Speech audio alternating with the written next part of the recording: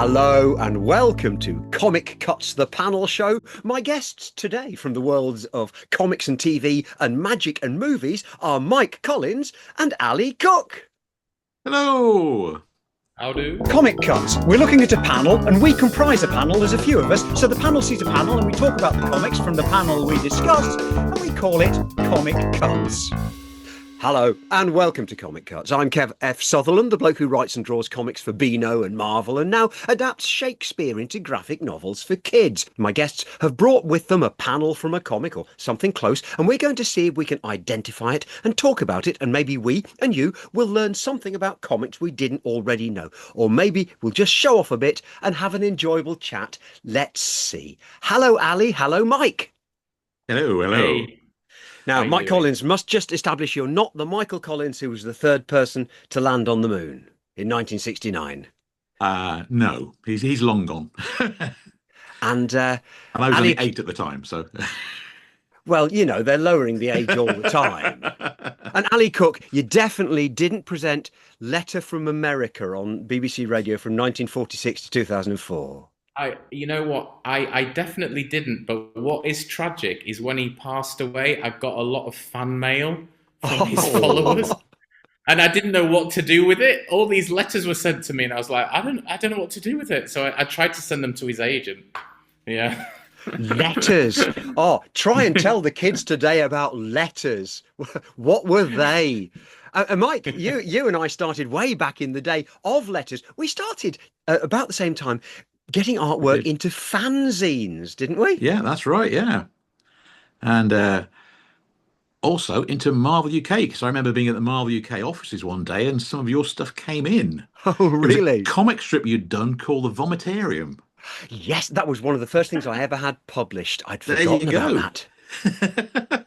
And now, for listeners at home who don't know my two guests, Mike, you bill yourself on your website as storyboard artist on Doctor Who Rivals? Rivals? You Oh, yeah. storyboard the Rivals. His Dark Materials, Good Omens. And I know you from your long-term work on comics. How did you Yeah. make that transition? I'd always fancied storyboarding, actually. And to be honest, about half my career has been storyboarding for animation.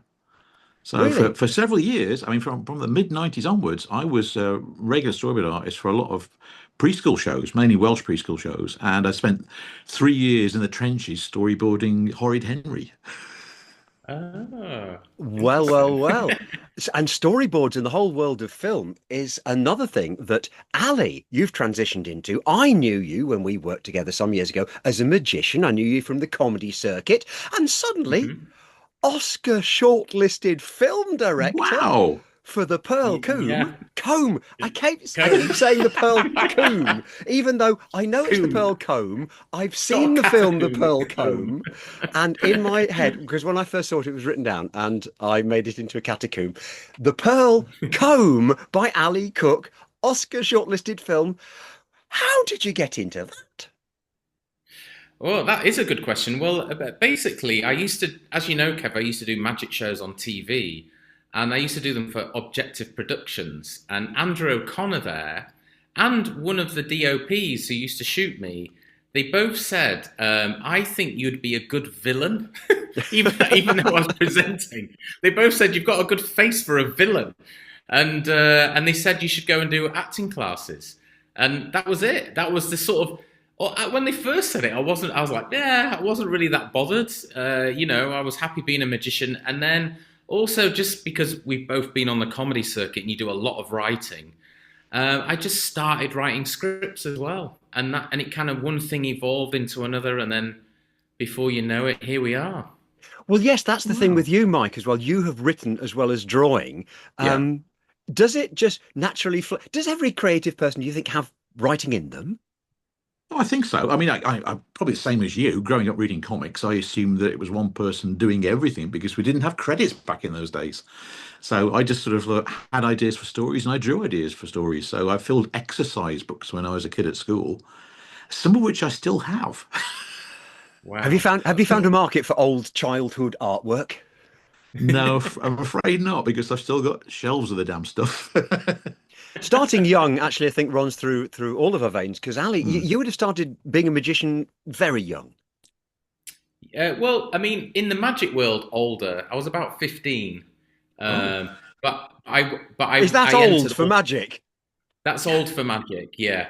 But I entered the all the big competitions when I was about 16, 17. So I kind of threw myself right in it, basically. Yeah. hmm.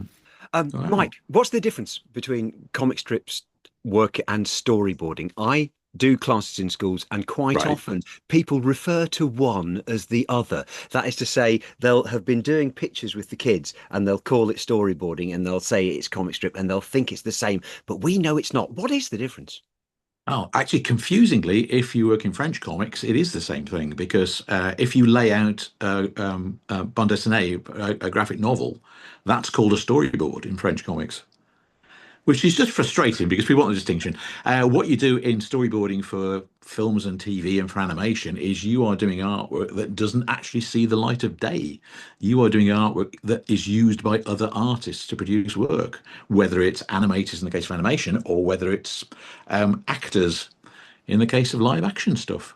So you are telling a story in pictures in both jobs, but in comics, that drawing is the final piece of work. But in, say, film and animation, it isn't. It's you're just a cog in the machine. I mean, comics artists for a long time were anonymous cogs in the machine, but Hmm. certainly in American comics, the ego has been allowed to take over, hasn't it? So, do you think some people struggle with being anonymous again when they do storyboarding, or is the money enough to make up for it? The money's better. I will say that up front. Absolutely. When I started working doing live action storyboarding about a decade ago now, when I started working on Doctor Who on the TV show, um, yes, I did notice a certain bump in my income. To be perfectly frank about it, ego. It's a tricky one. I think in comics, because you are doing the finished piece of work, so that everything on that page is you, and because with the American system now, where American artists are big names, literally, they can command all sorts of prices. I mean, there was a period shortly after our sort of big Marvel time in the 90s where you were getting a few of the artists that were getting a Mercedes or something as a 6 month bonus for staying on contract with Marvel because they contributed to the Wow. sales so much. So Yes, very different to my relationship with yes, and Marvel, mine. where I got told they'd overpaid me royalties, so the next job I do for them, I owed them $250. There you Ali, go. the thing is, you're a director, and you're a Mm. director as we say of an Oscar shortlisted film and BAFTA, Yeah. BAFTA longlisted, Uh, was that? After longlisted, I find out on Yay. Tuesday. Oh wow. Fingers crossed. Yes.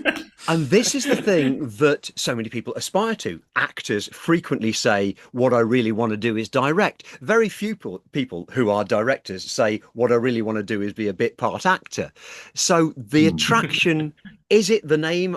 Is it the control? Is it the money? What is the big difference with Well, directing? I think it's all about creativity. You know, what we Hmm. were saying before. I think all three of us are very creative people, and it's just different outlets. Like, I was on holiday with my daughters 2 years ago, and we went around with this storyteller who does shows for kids. And one of the ancient myths that he talked about were the mermaids of Penzance. And when I Oh. heard that, I was like, oh, that sounds like I feel like I can turn this into a movie. And then Wow. about 6 months later, I heard another story about the Edinburgh Seven, and I mixed the two together. I just kind of came up with it in my head. And then I thought, oh, man, I want to try and make this. For me, I think it's always, certain things just spark off in me, and I feel like, Hmm. can I do it? That's it. And I think it's the same.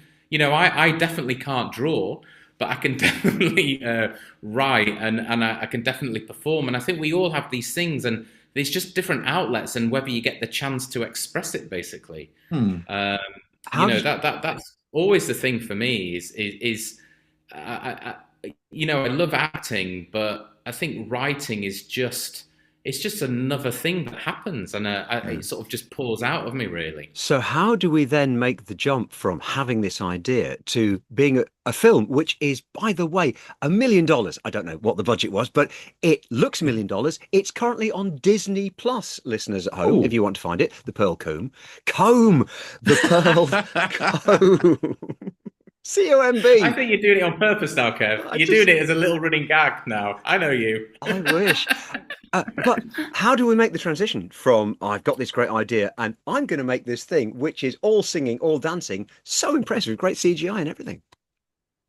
Well, I mean, interestingly, one of the absolute fundamentals is the storyboarding. I mean, you were talking about it, Mike. I think what people don't realize with a film is you have all of these departments, and it's very hard to communicate to all of them what the vision is. And it's really the storyboard that does it. Hmm. You know, Yeah. if you've literally got a shot of this 18th century kitchen of how it should look, well, you've then told, you know, the production design, and then you've got the actors in there in their costumes. You've now told the costume designer. You shoot it from certain angles. You've now told the DOP, Mm. and then you show where the windows are. You've now shown the lighting guys. So in one image, you cover off about 10 departments. So that really is, it's absolutely essential. And then the other thing for us is we had to storyboard heavily because we did have a lot of VFX. For a short film, we had 96 VFX shots.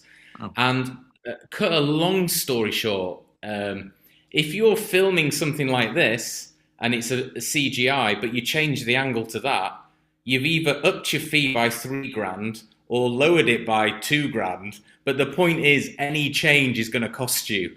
So you have to meticulously storyboard. So that's it, from a nuts and bolts perspective. That's a really big thing. But from a getting it made perspective, I'm friends with a few producers, and I contacted one guy, and he just agreed to do it, and he did a great job. And that's the hard bit is trying to get that team on board. And in the run up to the big awards that, frankly, are the ones that we've heard of, the BAFTA and the Oscars, you've won a few along the way. Where do they all come from? Yeah, so we're at 75 at the moment. So we've had a good, we've had a very good run. My favourite one we won was Women Over 50 in Film. We won that award. That was actually my favourite one. Because the film is about female empowerment, and our lead actress, Beatty, she's in her 60s, so she was absolutely thrilled that we won that. But it's brilliant that we've won that, and then we've also won like really dark horror awards at the same time. You know? Did you have to go to all these award ceremonies? That's an awful lot of rubber chicken to get I've through. been to a lot. I've been to a lot of them. Yeah, because that you can't help but feel that even if you're nominated, the more, surely if you turn up, they're more likely to give you the award. Surely, you know? So I mean, some of them I can't go to, but I've probably been to 30% of them. I think here, there, everywhere from like Finland to Canada, Los Angeles, and even like Sitges, which is one of the big horror festivals. So they're all over the place, and most of them have been running for years. They've been running for years and years and years, and it's like its own little subculture. It's a fascinating world. Mike, is our comics industry underrepresented by awards? Oh, good Lord, yes. But I don't care. I mean, what would we award at the moment? I'm not sure. I mean, best single issue, best series. I mean, we've got we've still got the Eagles going. That's a very good question, and I don't know. I used to run the predecessor. Exactly, that's what I'm asking you. So yeah, the National Comics Awards for a few years, but then since I stopped running them, and since I clearly wasn't going to be nominated for any of them, I've stopped caring. So I don't entirely know. Well, I mean, I've always known that where I am in the comics industry, I'm definitely in the middle. So I'm never going to win any kind of awards. I mean, I still think my greatest award is my cycling proficiency test in 1973. So Do they acknowledge storyboard artists for TV? Do you know, I'm not sure if they do or not.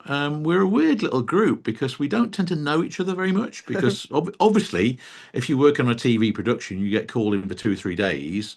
You do the work, you disappear again, and somebody in production remembers your name and calls you up the next time they're on a project. So that there's no superstructure of it at all. It Do just, I you? mean, I've got a lot of work off storyboarding for various TV shows because directors I've worked with on, say, Doctor Who have gone on to work on The Witcher or His Dark Materials or Good Omens. So because I've got on well with them, they've then hired me to do the other shows, which has been fantastic. But there is no story, there is no job structure to storyboarding. No. The thing is, No. once you can do it, you can do it. I mean, I got the work on Doctor Who because I've been working for an advertising company a few weeks earlier, doing an advert for Lifebuoy soap for Indian television. Well, they got in touch with me, and up to that point, I've been doing like the Welsh language preschool shows, and I've been doing Horrid Henry. And they said, "Can you bring in some of your boards to show us what you can do?" And I was thinking, well, I can't bring those in, so I'll take the Lifebuoy soap ads in. So I did that, and they liked it. So I got hired on Who, and then I've sort of carried on working non-stop ever since, which is wonderful. Do you take credit for big creative moments that we all now remember because they're in such a popular show? There's one director I work with on a couple of shows said to me, "If you've got any ideas, Mike, put them in the board. If I don't like them, I'm going to rip you a new one. If I do like them, they're mine." I thought that's fair enough. I get paid either way, so that's good. Funnily enough, when I was trying to get some credit to sort of go and do live action boarding, I did some stuff for Small Welsh because I live in Cardiff, and there was a competition doing short films in Wales, and basically the budget was your lunch money, and that was about it. But it meant that I got credits on IMDb, so I could actually go and say, I've done storyboarding, and one of the short films that actually ended up getting a BAFTA. And I'd had an argument with the director because there was a scene that I'd worked out where the setup of the film was it was the Normandy beach invasion, but one of the guys that steps off the boat suddenly finds himself in Normandy today. So you've got this soldier wandering around Normandy Beach, but to him, the explosions are still going off. He's been blasted everywhere, but nobody on the beach can see him. And there was one scene towards the end where there was like some kids had built a sandcastle and a flag in the sandcastle. And I said, it wouldn't be great if we could set this shot up so we pull back from the sandcastle and we see a certain aspect of the story from the soldier, and that would make a really nice shot. And the director went, "You're just a storyboard artist. I'm the director. I'll decide what happens." I mean, "Oh, that's fine. That's absolutely fine." Anyway, we had this big presentation of the story of the little films. So there's like 8 or 10 films in this competition, and we're all there, sort of all besuited, and we're sitting in this cinema, and this film comes on, gets this scene, and it is exactly how I storyboarded it. I just shouted out, "Yes!" And everybody looked at me, and I did not care because that was my shot and it was on screen. Fantastic. Well, we're going to get some more shots on screen now because I've Right. asked everyone on the panel to bring a panel to the panel. You can see these images at home. You can see it on the holding page, on the artwork for the podcast episode, depending where you get your podcasts. But listener at home, you shouldn't need to see these pictures because we're going to be able to describe them. And we're going to begin by looking at the picture that has been brought in by Mike. Oh. Now, Ali, I'm going to ask you to describe for the listener at home what you see before you. Well, it's definitely an older comic, and it's the image of a man with ginger hair, and he's trapped inside a cosmic beanie cap, and it looks like his neck has been stretched till breaking point, and his ears have been pulled left and right. Above him is the title page, which is a red background and something burp, maybe. I don't know. We're cropped in very close. And for the benefit of the listener at home, the panelologists who study line and print and that sort of thing, I can tell you this is from a comic that looks like it's printed sometime between the 1940s and the 1970s because of the dot screening that we see and the slight Yeah. bleed of the colours going over the lines. It's been done in old-fashioned pen and ink and brush and line, and it's slightly faded, which suggests it's an Yeah. American comic with that American printing technique. And yes, the line drawing is a very active style, slightly cartoony, slightly superhero-ish, and in fact, there's some metallic equipment which has a certain distinctive style about it. I'm going to pull back and show us more of the full page as Mike shared with me. And now, Ali, what do you see? Okay, it says The Silver Burper, and it says featuring the far out fiendishness of Dr. Bloom. Oh, and then what you see below, it's like a green kind of robot man with his neck stretched out, and then you can see his face is hidden in some sort of helmet, which must be the beanie cap. And on the left it says, oh, it's by Stan Lee and Jack Kirby. Oh, and then on the left is a Marvel character, and then on the right, which is the Stony Man, but I don't know his name. The Thing. And then on the right, there's a burning man being pinned down.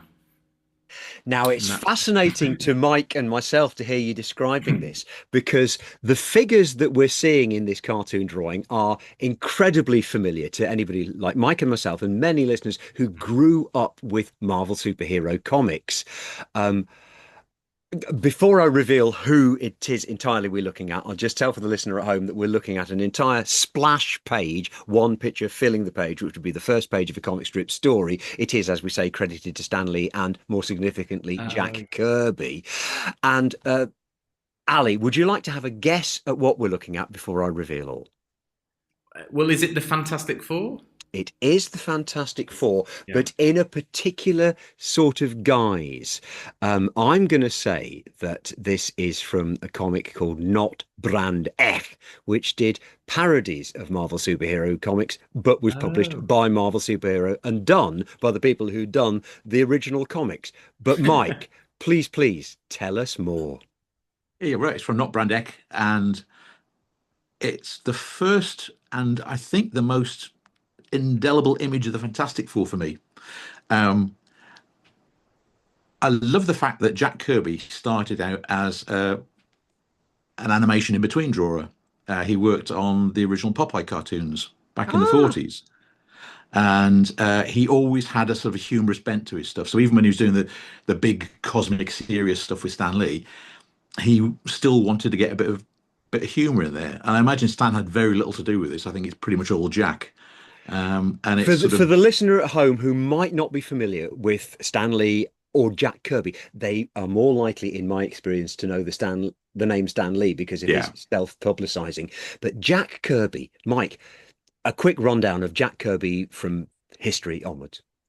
Jack Kirby is the man that invented Captain America in the 1940s. He worked through the 50s doing a lot of horror stuff. He did strips like Challenge of the Unknown for DC Comics. Then when Marvel Comics started in the early 60s, Jack was the guy that basically designed everything. I mean, the Fantastic Four was him. The X-Men was him. Spider-Man was him to start with, but they didn't like the way he drew Spider-Man, so Steve Ditko drew that. But basically everything we know about Marvel Comics and everything the Marvel cinematic universe is beholden to is down to the brain and the pencil of Jack Kirby. And he was an artist who really, his style developed so much over the years and moves beyond just the simple storytelling that pulp demanded.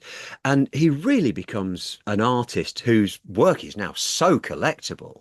Yeah, and a writer as well, as we were saying earlier about writer-artist. I mean, a lot of the stories that are attributed to Stan, what would happen was an issue of Fantastic Four, Stan would sort of say, I think in this issue, Dr. Doom turns up and takes over the Baxter building where the Fantastic Four live.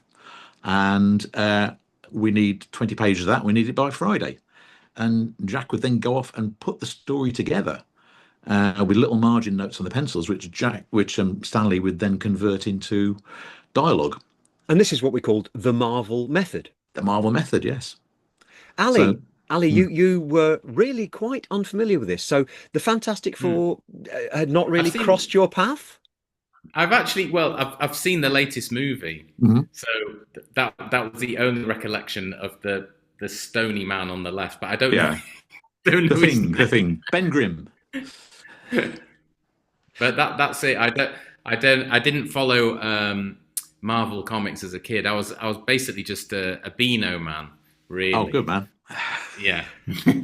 It's interesting for those of us who come from the comic side of things, knowing that it's a different experience. I'm really aware of this when I'm discussing the Marvel movies with what I'd call civilians, and they have no prior knowledge of any of these characters. When I've been going into schools, when I started doing schools 20 years ago, they knew the Beano, so I was able to hold up my Beano stuff. And then I'd hold up a page of Doctor Strange comic, and they would just glaze over because it couldn't mean less to them. They had literally never heard the name of Doctor Strange or Iron Man or most of the ones that some of us, like Mike and I, had grown up with. And so you get a different experience if you're watching the film knowing that sort of thing and not knowing that sort of thing. Yeah. Yeah. Well, it's interesting because my girlfriend's obsessed with Marvel, so she knows everything about them. And it's kind of a following, isn't it? Because when we go and watch the movies, all of the audience, they're all massive fans, and they're all going, oh, like when you're watching Endgame, and they're all connecting these dots from like 3 movies ago, But I am basically a layman just watching, really. Yeah. So she probably reacted when you found out the Thing's girlfriend in that film was called Roz, which is the name of Jack Kirby's wife. Oh, wow. Do you know, I didn't get that. I mean, she's just reacting at twice as many things as me. I'm just watching a movie. I wind my wife up with this as well. She'll just sit there going, oh, that meant something, didn't it? I go, yes, it did. That's a big problem with cult entertainment. Doctor Who has this as well. Fan service is what they call it, where you're doing something for one group of people, but I'm always aware when I'm the group that's left out. Yeah. I think that's. I don't get that feeling. Because I always feel like in movies, they're like bonuses, aren't they? Like Marvel films are so well crafted that they know they're going for such a wide audience, and they're so well crafted that they know that they can add in all of these Easter eggs, but simultaneously, if you're new to it, you can still really enjoy it as well. Well, the great thing was they were mining this treasure trove of rich visual storytelling. Because, of course, in this day, and we're looking at a comic here from the 1960s, aren't we? Yeah. This was the only place you could do this kind of imagination on the page. You couldn't do it on the screen because we hadn't invented the technology. Yes. Yeah, I bet they had no idea that they were going to end up doing those films at that level. Inconceivable. At yeah, absolutely inconceivable. Yeah. Because all the effects were real time, weren't they? Yeah. I mean, one of the reasons I picked this page as well and this story is because it was probably one of the first American comics I bought, and I think it connected for me the world of American superheroes, which I wasn't that au fait with at the time, sort of being a little kid, but with British humour stuff. You say about the Beano, so I used to read the Beano and the Dandy and Whizzer and Chips and all these different comics. So to see an American comic that was as goofy as the stuff we read actually gave me this link that I didn't previously have. So it's interesting seeing them parodying themselves. Oh yeah, and laughing at themselves, and it being done by the people who did it. So Jack Kirby has done this parody of the slight ridiculousness in the picture we're looking at. Reed Richards is handling Johnny Storm with an asbestos glove, and then he's making some sort of steam appear out of a device. So I don't know. And he's wearing a thing called a molecular twangulator. Yep. Again, but possibly parodying the nonsense words that Stan Lee would add on top of his pictures. Yep, I think so, yes. It's good fun. It is, and the ability to laugh at themselves. I think they've retained that largely, haven't they? For a long time, they used to have parody things like Fred Hembeck used to do parodies of the Marvel universe. Wonderful stuff, yeah. And they used to do cartoons of the Marvel bullpen drawn by Marie Severin, who used to work in the office. It made you feel like you were part of their world, getting in on their in-jokes. Yeah, I think there's part of that, and I think that's we were saying earlier about not cultish, but that sort of inclusive thing about comics is probably the same as you, Kev. Reading those comics and having like the Stan Lee soapbox in there, sort of Stan talking to you about stuff that was going on in the world at the time, just made you part of this club. Yeah. And you actually sort of felt involved in a world that, growing in West Bromwich and not having very much to sort of entertain me locally, certainly not the football team. Um, I sort of had something outside my experience, which just thrilled me. Yeah, they were a minority interest as well. I Yeah, am still friends with the one person in my school year who read Marvel Comics. There was me yeah, and my mate Steve, and lo, these many years later, we're still in touch because of that. So, yeah, in the country, probably all the people who ever read Marvel Comics at the time, we're all in yeah, the same Facebook group. yeah. Could well be, yes. I wouldn't be surprised to find that half of us went on to write and draw comics professionally. Yeah. Certainly around the Midlands, Ian Yeah. Gibson and Mark Farmer and various other people. So yeah, Luke Stringer. Yes, the Midlands is quite a melting pot. That's not the word. Boiling pot. A font. It's a Fonts. place where creators come from. Yes. Right. We have been looking at Not Brand X's parody of the Fantastic Four by Stan Lee and Jack Kirby, or Jack Kirby and possibly Stan Lee. Now we're going to have a look at what Ali has brought Right. in. And this is going to be an interesting one because Well, this is I certainly can't chip in with my observations. Let me just share it on the screen. Well, so. Mike, it falls to you first to try and describe what we're looking at. Right. So we have a full page of comics artwork here, and rather than being broken up into the usual square panels, the artwork is divided into four distinct images by two crossed samurai blades. The top panel has somebody looking towards a forest and mountains with it's either a sort of a bedroll on his back or an arrow. I'm not quite sure. It might be a quiver of arrows. It's quiver of And arrows, yeah. it's a quiver of arrows, right? Okay. And the next panel has a couple of people talking with a very large word balloon, which I can't quite read because it's a bit blurry. With people working in a rice paddy field in the background. Yeah, Mike has referred to the image being quite blurry. Readers at home, you'll be able to find this on the holding page, blah, blah, blah.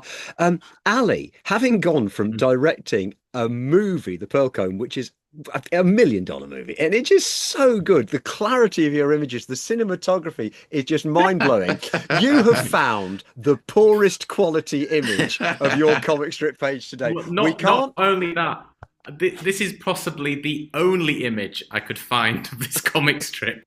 I wanted to. This is something I genuinely used to read, but it's also very niche.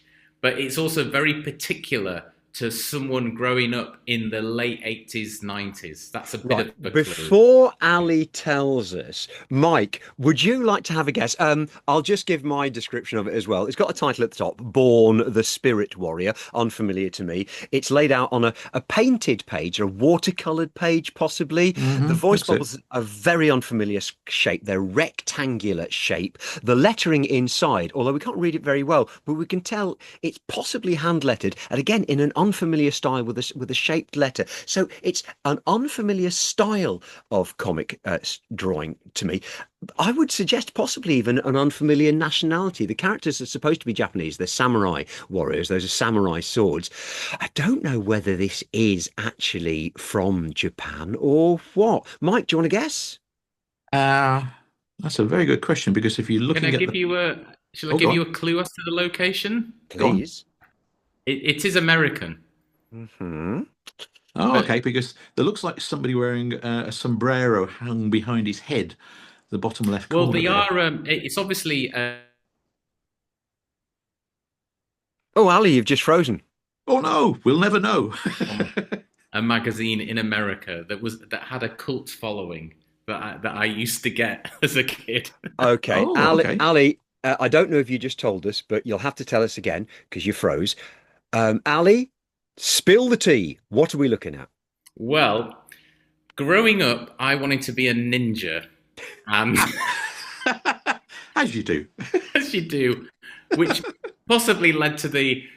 There was all these movies called. There was a collection of movies that came out, and there was. It started with Revenge of the Ninja, American Ninja, Ninja 3: The Domination, and then ninjas became so big in American pop culture that it ended up with the Teenage Mutant Ninja Turtles. Mm-hmm. However, for those of us who really were a serious ninja, there was, of course, Ninja Magazine. Wow. And now Ninja Magazine, if you bring up some of the cover artwork, it was just beautifully hand painted artwork, basically each month. And the magazine, it would have interviews with famous ninja instructors. And see, that's the clue there on the bottom of the page, is the samurai's been attacked by a ninja. I've just put up a second page on the screen now, which has ninjas. Yes. The Bushido guy, yeah. But the other thing is each month it would have the comic strip in it, which is the adventures of Tamashi, who was, a ninja in feudal Japan. And I used to love. Firstly, I just loved the artwork because it was so cool, and you can see it's just very unconventional. Like growing up, I'd only ever seen things like the Dandy and the Beano, where it goes like in little boxes. But here's this thing, like they're separating the images with two samurai swords, almost like it's a poster rather than a comic. Yeah, and that's why I thought I would pull this one out, but I wasn't really expecting that either of you would have seen it. Well, no, you're bang on, and it's very interesting that you were so admiring of the artwork from being familiar with things like the Dandy and the Beano, because from Mike and my point of view, by this time we're so familiar with the best of the American art, and by this time I would have started to see some Japanese art as well, that this is actually quality-wise quite low down the draftsmanship scale, and it doesn't, from the tastes of someone like myself who was raised on Master of Kung Fu, drawn by a wonderful artist called Paul Gulacy, this is very much in its shadow. Right. I still think that I'm impressed with the design sense, though. I quite like that, and I like the giant head in the middle. I think it's an interesting page. I would definitely have stopped and looked at it if I'd seen it in the comic. It feels it's inventive, but obviously it's only one part of the magazine. The other things would be there'll be genuine articles on how to get out of a stranglehold in 4 easy steps. Excellent. And the most hilarious one was there was an advert to buy a blowgun, a proper blowgun, and I ordered one. It arrived, and I'm not joking. You put a dart in it, and you went, and it just shot across the room, and it was absolutely deadly. And then a week later, they were outlawed in the UK. Wow. I was like 12 at the time. It was quite a thing. Magazines like that were the 1980s black web, dark web, weren't they? Yeah, they were in a way. Yeah, it was these sort of niche interests. It was a thing, wasn't it? Yeah, there would be, you would find your thing that you're into, your hobby. But ninja was, for anyone who liked the dark side of martial arts, I guess. Yeah. And Ali, had you realised that the Teenage Mutant Ninja Turtles started as a comic? I did. Yes, I did know that. Yeah, and I did know that it was actually quite constricted because ninjas were already so popular from these, let's face it, B movies that had come out. And me and my friends, we used to watch all of these really cheap martial art films, where the acting is terrible, but the fighting was incredible. Yeah. And we just basically used to watch them and then dress up in black jogging kit, go outside and try to be a ninja all night. It's a wonderful world, the pre-CGI world, because action had to be done in real life. And in Hong Kong and Japan and Korea was where they mastered this chop-socky school of movies. So people like Jackie Chan is the big crossover, and certain directors and actors who we know. But they made this stuff genuinely exciting on film, which contemporary stuff I mean, James Bond was about as action got in those days, the 70s and the 80s, just because it was so hard to do. You needed to do real stunts, you needed to blow real Yeah. things up, and Mm. they mastered making fighting look exciting. They actually did, yeah. And I think one of the other things, actually, when it was interesting you say that, I remember there was a Sean Connery film that had ninjas in it. And I can't remember which one it was. It was in the 70s. And when you compared the fight scenes in that to these real martial artists, it didn't even compare. Obviously, the movies were terrible, but when it came to the fighting, it was just incredible. And they developed all these camera techniques that now everybody uses. But at that Mm. time, it's because, yeah, they've got no way of getting around it. They would use very clever cutting, cutting to the legs and cutting to a wide and then swinging the camera around just to give that to make the action seem faster than it really was. Mhm. And of course, the Japanese had their big comics tradition as well. I'm not sure of the relationship between manga and ninjas and stuff on film. I know they put a lot of samurai and ninja into manga, but I don't know if that's just because they're always there or if one had really seriously influenced the other. I think it was the American. I'm trying to. It was a certain company. I'm just trying to look it up. I do know it was the film American Ninja was the one that they did loads of very bad ones, and Mm, then American Ninja came out with some half decent actors, mm. and Right. that was the one that really took off. In Uh, comics, there was a sort of timeline which goes from Lone Wolf and Cub, which Yeah. is not quite ninja, but martial arts influence series. And that was an influence on Frank Miller, who did Mm. a ninja called Ronin. And then he put oh ninjas into his yes, Daredevil comic. His Daredevil comic was then parodied as Teenage Mutant Ninja Turtles. Yeah, that's it. And Yeah. the guru who teaches the Ninja Turtles is ripped off entirely or parodying entirely the guy who teaches Daredevil Japanese uh, martial arts skills, and Mhm. then he fights ninjas in the Frank Miller Daredevil comics in the 1980s. Yeah. I've just found out it was Canon Films. Oh, of course it was. Of Ah, It was course. right. Canon Films, and they were the master of these sort of. They probably shot them in 20 days or something. Mm. And there was a genuine martial artist called Sho Kasugi who had a brilliant face, and I think he actually was a world champion karate martial artist, and he was in all of their films, and he was absolutely stunning. But they did start this craze Mm. basically, and hence my love of ninjas. Right. Have you drawn a lot of ninjas, Mike? Not really. No, I can't say I've done a lot. No. Occasional ninjas. I should imagine that this sort of thing would be quite a challenge for storyboarding because you can't say to in the storyboard, and at this point he will do a triple spin and then back slap someone around the head with his ankle. The choreographer is going to come back to you and say, draw something else. Well, sometimes you do work with choreography. I was doing a science fiction show for the BBC, not Doctor Who, but where we had a big fight scene, and I actually sort of was brought in on the day to work with the choreographer and the actors to try and work out with the director how we could set the whole thing up, what angles we could use, and what have you. And it was at one point where I was saying that, pointed to one of the actors, said, "Well, she hasn't got a lot to do at the moment. Maybe she could do this." And she'd go, "Yeah, yeah, tell him to do more, so he can draw it, and so I can do it."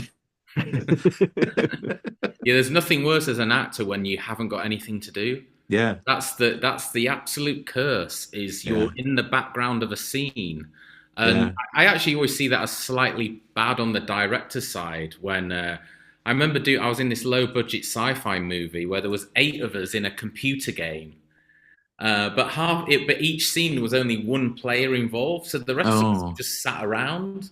And it just always looked bad. And I was like, you've got to give us something. We've got to be on a computer doing something or taking notes or something. yeah. Yeah. Oh, it's definitely the case. Mm. And one of the weird things about doing storyboarding for films as well is that you are in there with the director all the time. Yes. So Yeah. you are sort of close at hand. And I was on a show that was filming out in Prague. And there's a big studios in Prague, it's the old communist studios, but it's the most like a Hollywood studio as you see that, you can imagine. So like when I turned up in the morning, you'd be wandering through the set and there'd be a bunch of Nazis going in one direction, a bunch of knights going in the other direction, and you get ladies in waiting standing there having a fag on their phones. So it was just so bizarre. But I was out and we were doing this big fight scene that was out in the woods behind. So that the big studios up in the hills, big woods outside where they filmed loads of this medieval stuff. And I was chatting with the director and one of the producers, and the actors were there sort of waiting around, and the big people from Amazon wandered off. And one of the actors came up to me and said, "Oh, are you one of the Amazon executives?" I went, "No, I'm the storyboard artist." He went, "Oh, okay then," and just walked off. Middle-aged man in a parka, obviously somebody important. No, I wasn't. I think the storyboarding is really important. I think one of the things that people don't, when you're doing these huge shows, say for Amazon, they've got huge budgets. But when you're making like a short film like mine, where the time and money is everything, really the storyboarding and the redoing of it is you're actually finding ways to eliminate shots. Oh, absolutely. Yeah. And that's really the joy of it is, so when you go in, you're like, I've got an hour and a half to shoot 3 pages. Yeah. I can actually do it with three setups, just 3. Or is there a clever way to do it in 1 setup? And that's really the fun of it, I think, actually, is trying to find those elegant ways to basically get your coverage. Yeah. I mean, one example of that, perfect example of that is when they did the regeneration from Peter Capaldi into Jodie Whittaker, they only had Jodie for an afternoon. Yeah.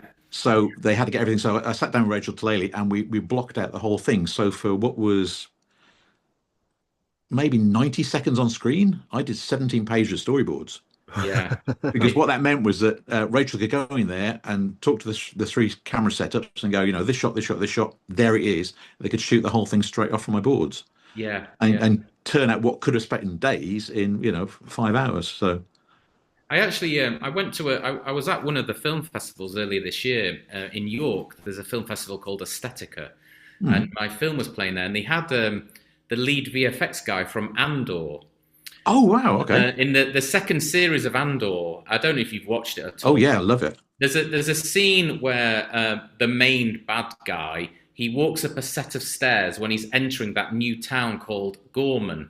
Yeah. And he walks up a set of stairs and he looks across the town, and it looks almost like a Roman amphitheater. Well, that one shot is about 8 seconds. It took them 9 months to prep it. Wow. It was a combination of obviously a real-time set, lots of CGIs and a lot of CGI and a lot of extras. But once they'd storyboarded it, they then 3D modeled it all from the storyboards. And then from there, they played around. They could play around with the best camera shot to cover it. It was absolutely incredible. Yeah. Yeah. I mean, and again, to the casual viewer, you're watching, you're like, looks pretty good. But you have no idea. It's almost a year's worth of work for like 8 seconds. Oh yeah. I worked on The Witcher, and there's a sequence towards the end of I think it's season 2 of The Witcher where you've got in the script, it's like 4 lines of text by the writer saying, they look across and they see the hordes coming over the hill towards them. And I spent a month storyboarding that. Yeah. Because you've got to get these skeletal creatures on skeletal horses coming over this hill, and you've got the central characters looking back at this and interacting and everything. And it's just like, what was, like you say, 4 lines on a bit of paper. Yeah. It's a real skill. And particularly with the VFX as well. My first short film, there's a pile of dead farm animals, and we need to bring them back to life. Right. And in my mind, I'd written it. Oh, a pile of animals comes back to life. I got a quote, 15,000 to do that. And then I was like, well, I'm not going to do that. And then I went to a storyboard guy, and we came up with that you saw the pile. We then cut in, and it was a sheep who's obviously dead. And then you see that his eye blink, and then his eye opens. Yeah. And then you see a hint of breath, and that's how you know. And then we cut to a wide, and they're all waking up. Yeah, that's it. You cut through the information, so you get the viewer to be part of the story. Yes, you're getting them to make the assumptions, basically. Yeah. That's a trick. Yeah. Yeah. I did one scene in one of the Doctor Who's where there was a they have this biplane going over a battlefield, and they're saying, "Oh, it's going to cost this much to do this and this much to do this." And I sort of did a couple of sketches and said, "Well, what if we did it like this?" And they went, "Oh my God, you've saved us 20 grand." And I went, "No, it's not for you."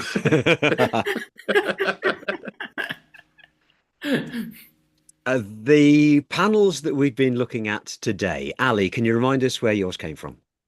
Yeah, so the Adventures of Tamashii is from the 80s collectible magazine Ninja.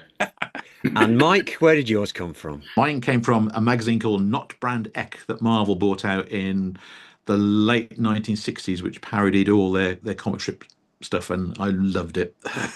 Yeah, I don't know if you can find that in a collection these days. Maybe Yeah, it's on I think Marvel there's a Unlimited. Marvel Treasury, Marvel Masterworks of it. So yes, Splendid. I find a lot of the comedy may not have stood the test of time.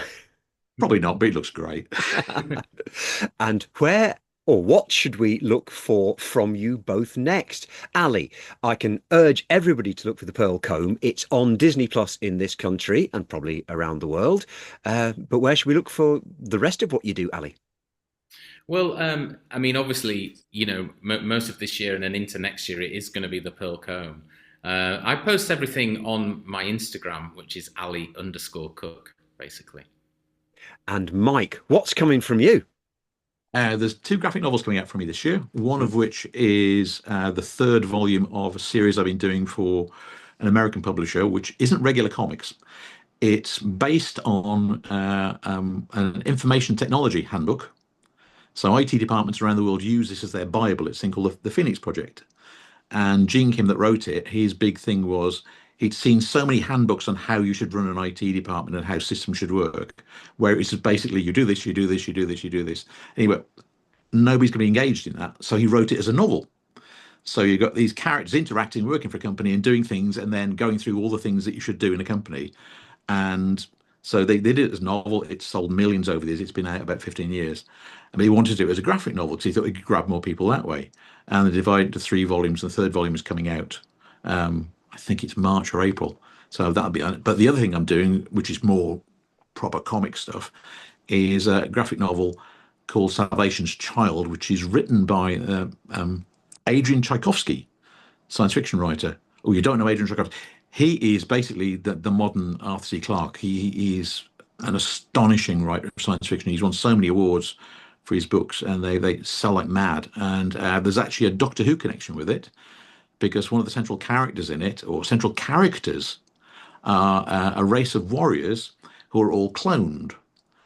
And these warriors are all cloned are based on Sophie Aldred, Ace from Doctor Who, because she narrates the audiobooks. Splendid. Yeah, so that was great fun. So I managed to get Doctor Who connections everywhere. It all goes full circle. And where do we find you on the socials, Mike? I'm available on Facebook and Blue Sky and occasionally Instagram, but I think my Facebook stuff gets posted to Instagram all the time, so it's on there. So my Blue Sky tends to be sort of political rants, but my stuff on Facebook and Instagram tends to be silly stuff and comics and science fiction. So, and remember, listener at home, you're not looking for Michael Collins, who was involved in the 1916 Irish Revolution in the post office, and you're not looking for Alistair Cook, who is the captain of the England cricket team. Just as long as you don't make those mistakes, then your research will be a lot easier than mine was. Thank you for coming in, Ali Cook and Mike Collins. Thanks, Kev. My pleasure. Thank you. Comic Cuts. We're looking at a panel, and we comprise a panel. There's a few of us, so the panel sees a panel, and we talk about the comics from the panel we discussed, and we call it Comic Cuts.